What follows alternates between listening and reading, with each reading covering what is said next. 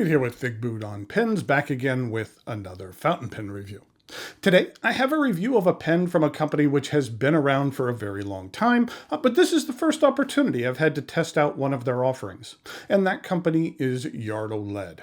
And the name of the pen is the Pinstripe 72.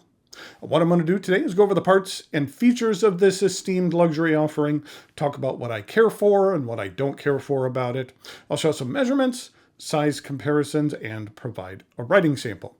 A big thanks go out to the good folks at Yardle Lead for providing this pen on loan for review. The origins of Yardle Lead began around 200 years ago, where a gentleman by the name of Samson Mordan patented the world's first propelling pencil, which is what we would call a mechanical pencil today.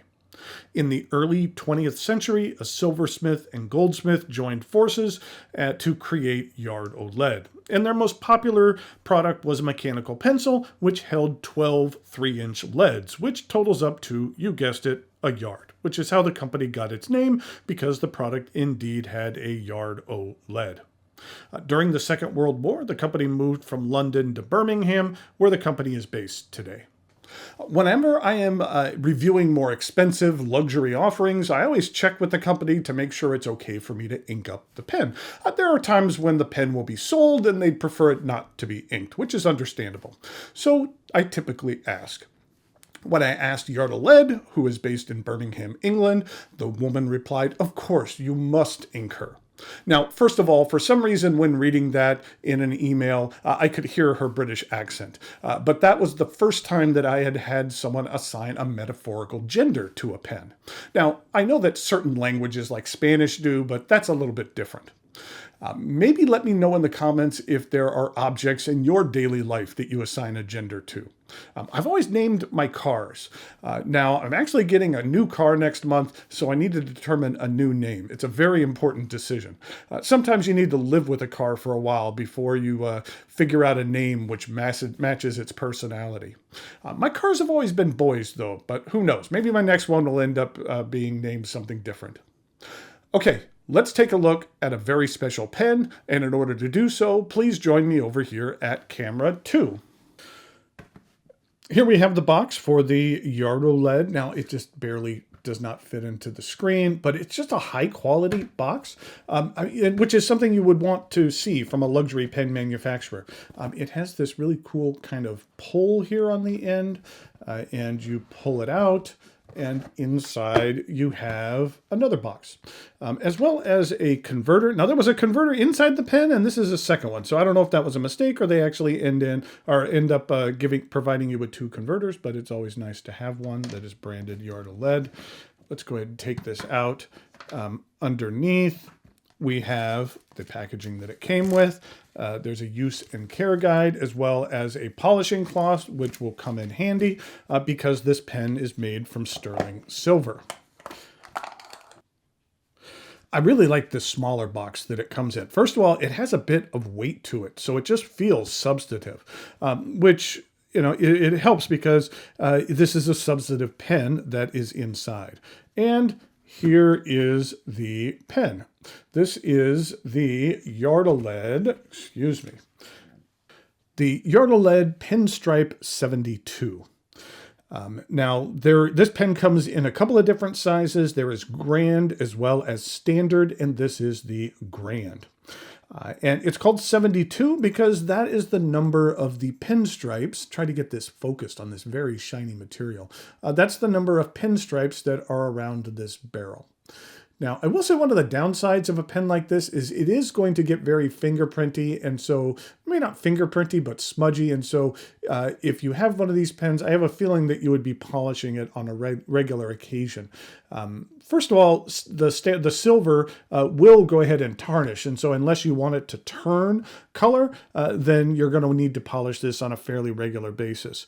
And I think that this pen looks great. Sometimes I don't mind having things tarnished, but in this particular case, I think it looks great we'll call it the natural state of the silver, and I would want to keep it that way.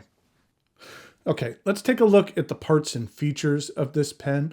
You can see here that the end is rounded, and then we have a gap here at the top. This has a very much of a vintage look and feel to it.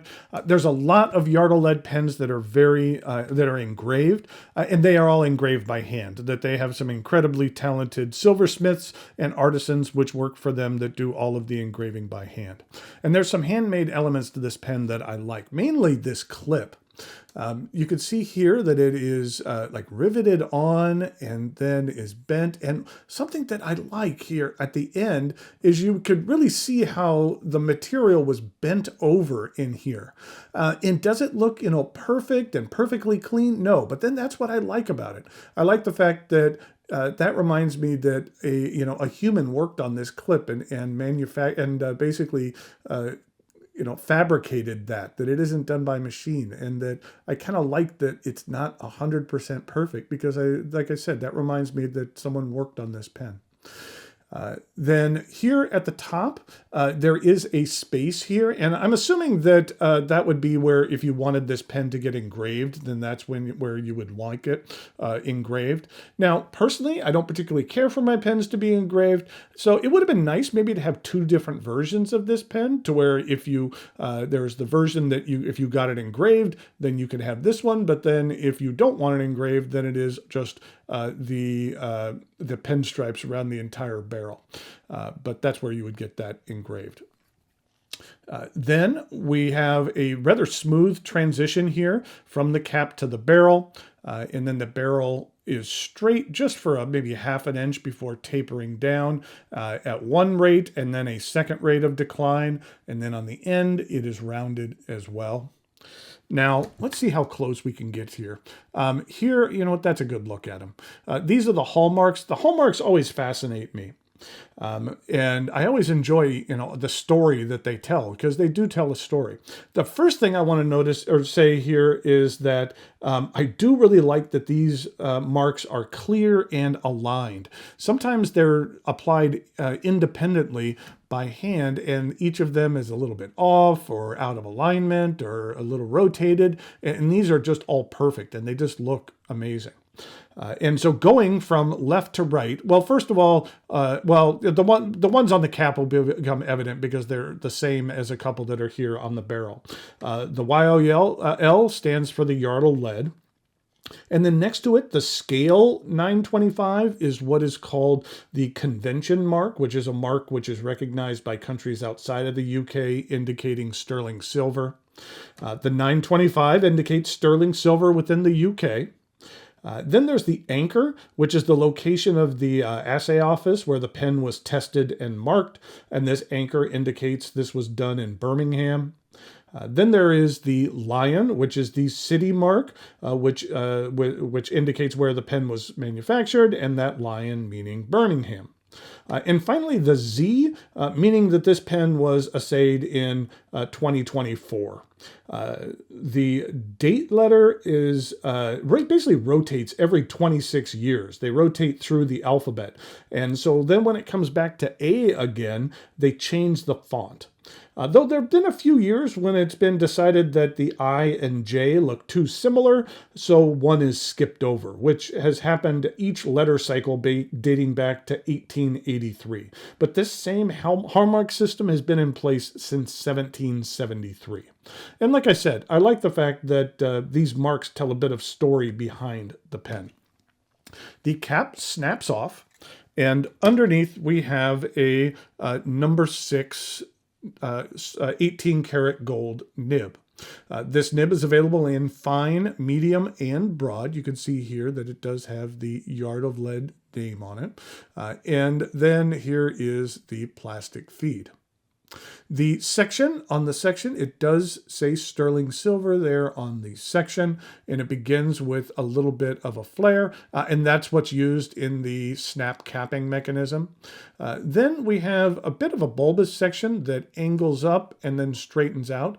Even though it is metal, I really don't find sterling silver to be that slick, and so you are able to maintain a solid grip on this pen even though it's solid metal. So even though you're gripping here on the angle down, I really don't find my grip slipping at all. There's just something about silver that makes it a little bit more grippy than some of the other some things that are like, you know, chrome plated and things like that. So it's nice.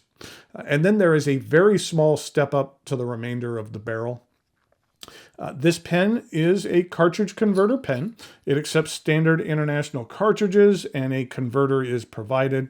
You know, even though, you know, I'm not quite sure of the solid construction here, or if this is an end piece with the metal here, I wouldn't necessarily recommend eyedropping this pen. I've heard that you can eyedropper sterling silver, but then there might be other pieces that are inside here which aren't advantageous to that. So I would not recommend eyedropping this pen. But you can see that there is an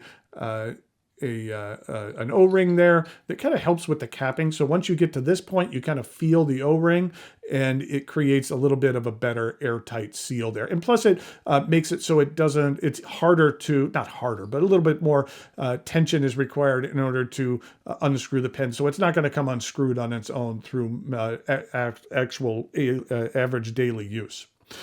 The pen does post, but I'm not going to post it.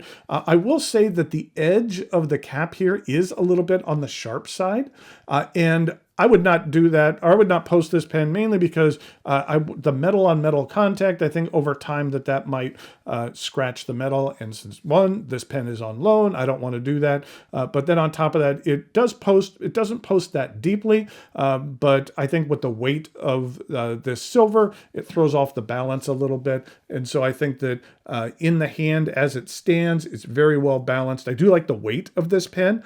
It does feel substantive.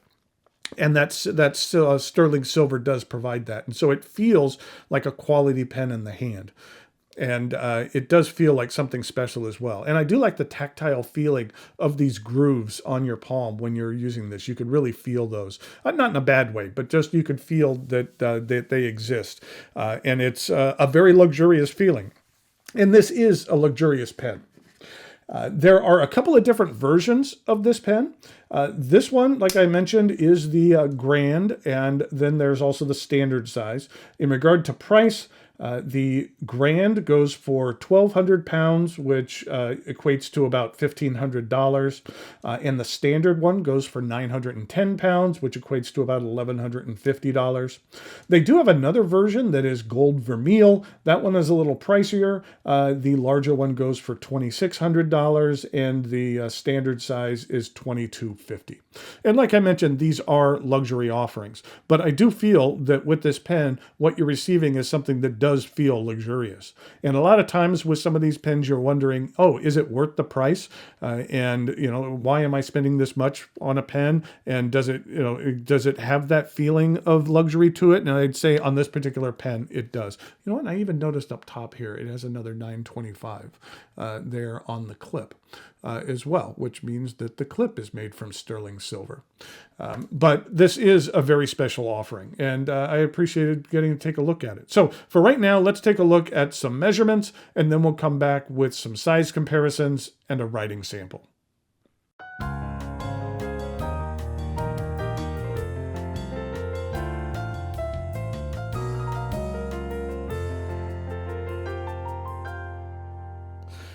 Here we go with some size comparisons for the Yardle Lead Pinstripe 72.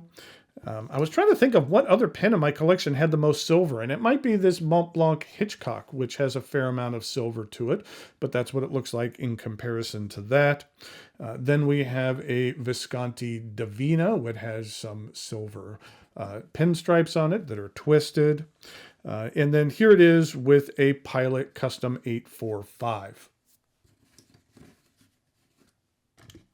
In regard to some other pens, here it is with a Mont Blanc 149 and a Pelikan M1000. And finally, here it is with a Delta Dolce Vita Oversize. In regard to some uncapped comparisons, here it is with the Mont Blanc 149 and the Pilot 845 and the Pelikan M1000.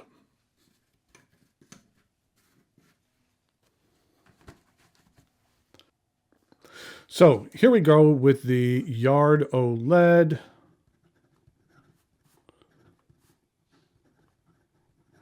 And this is the Pinstripe 72. And this is a broad 18 karat gold nib. And Yard OLED was nice enough to send along a couple of bottles of ink. And I'm using one of those inks in this pen, which is the Yard OLED Imperial Purple.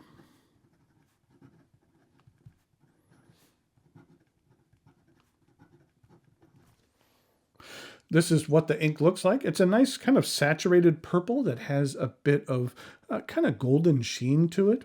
This is what a Diamine Purple Rain looks like to it, which is a little bit on the darker side.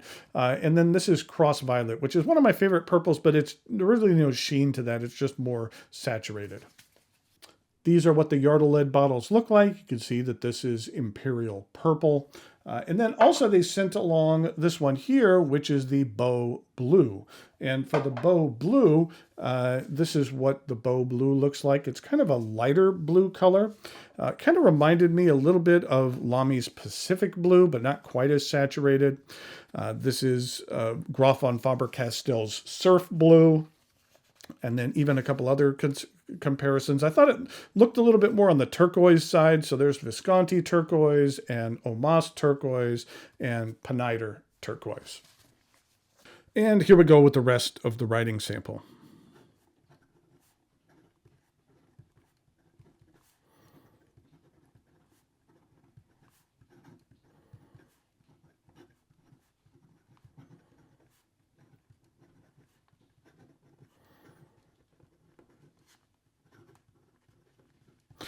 This nib is very nice. When you have a luxury pen, it really helps when you can get a bit of line variation out of here if you push it a bit, but it does provide a luxury writing experience. And that I find that this broad nib lays down a generous amount of ink in regard to reverse writing.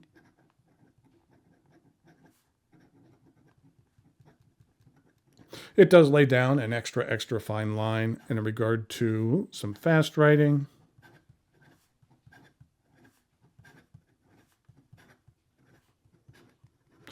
The feed keeps up very well.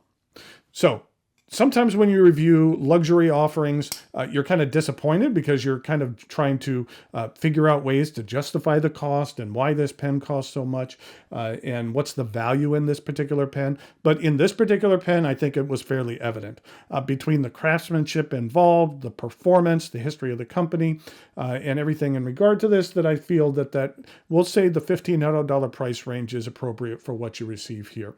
And that I've enjoyed taking a look at it, and hopefully down the line I'll be able to take a look at some of the other Yard OLED offerings that they have. And like I mentioned before, they have a lot of hand engraved models that look just amazing. So until next time, thanks for watching, and I'll talk to you later.